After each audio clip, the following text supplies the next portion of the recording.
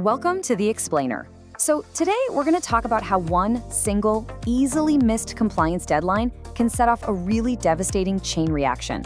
We're not just talking about a late fee here. We're talking about a triple penalty that can hammer your finances, your strategy, and your company's future. Okay, so what's the big deal about one missed deadline? Well, there's a date, April 30th, that a lot of businesses have circled on their calendar. To many, it just feels like another piece of paperwork. But believe me, the consequences of missing it are so much bigger and more tangled than most people realize. Let's unpack the true cost. Okay, so what we're talking about here is the annual submission of your workplace skills plan, the WSP, and your annual training report, the ATR.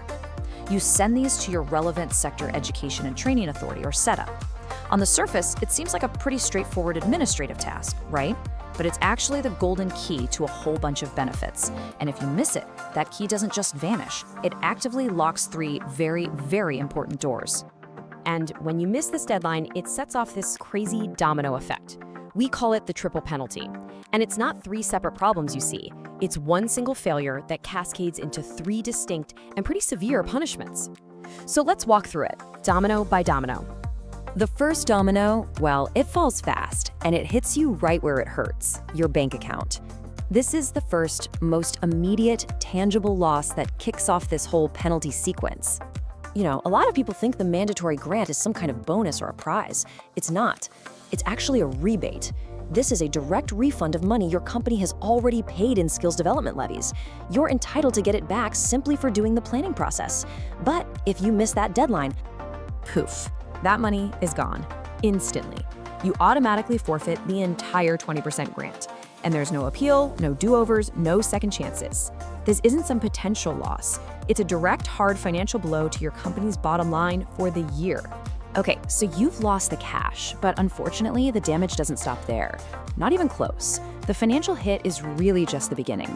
The second domino falls right on your BEE scorecard, and it affects one of the most important high-value elements.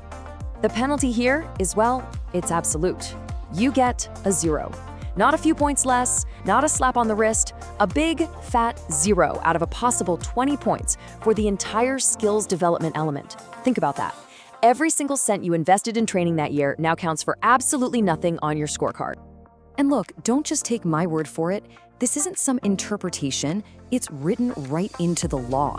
The official BE codes of good practice couldn't be clearer about this. It's a hard and fast rule. No valid SCTA submission, no points, period. All right, so this is where a really bad situation turns into a full-blown strategic disaster.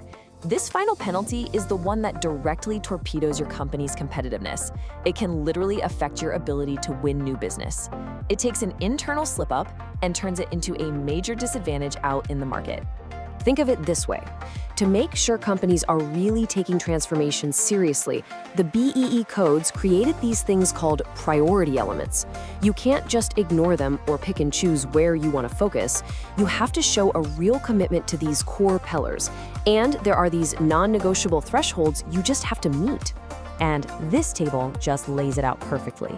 The sub-minimum for skills development is 40% of the 20 points available, which works out to 8 points. But since you scored 0 from missing that set a deadline, well, you've automatically and completely failed to hit that 8-point target. And that failure, it triggers a very specific, very punitive rule. This is that final domino. It's called the discounting principle, and it is designed to be harsh. It kicks in automatically. It's the rule that makes sure those priority elements are treated as, well, a priority. If you fail here, there's a direct and painful consequence for your final certified BE level. So what does this actually look like in the real world?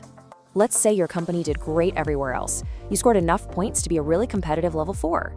Well, because of this one failure on the skills development subminimum, the discounting principle kicks in, and you are automatically dropped to a level 5. That single failure just weakened your standing with clients, especially when it comes to government tenders, where your BEE level is absolutely critical.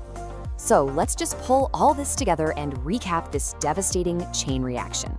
Remember, it's not about 3 separate mistakes. It's one single error that pulls you into what we call the triple penalty trap. You can see the whole cascade here. It all starts with one simple administrative slip-up, missing that April 30th submission. That directly leads to you forfeiting your 20% grant. Because you forfeited the grant, you score 0 for skills. That 0 means you fail a priority element, and ultimately your entire BEE level gets dropped. A huge blow to your company's finances and its competitiveness. So what's the big takeaway here? It's simple, really. That annual SETA submission, it's not just another form to fill out.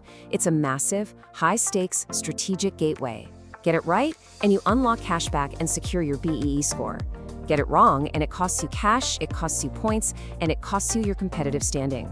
One small slip really does create 3 major compounding problems.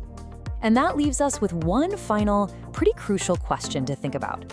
I mean, given how easily this whole cascade can be triggered, is your company's process truly robust enough to prevent it?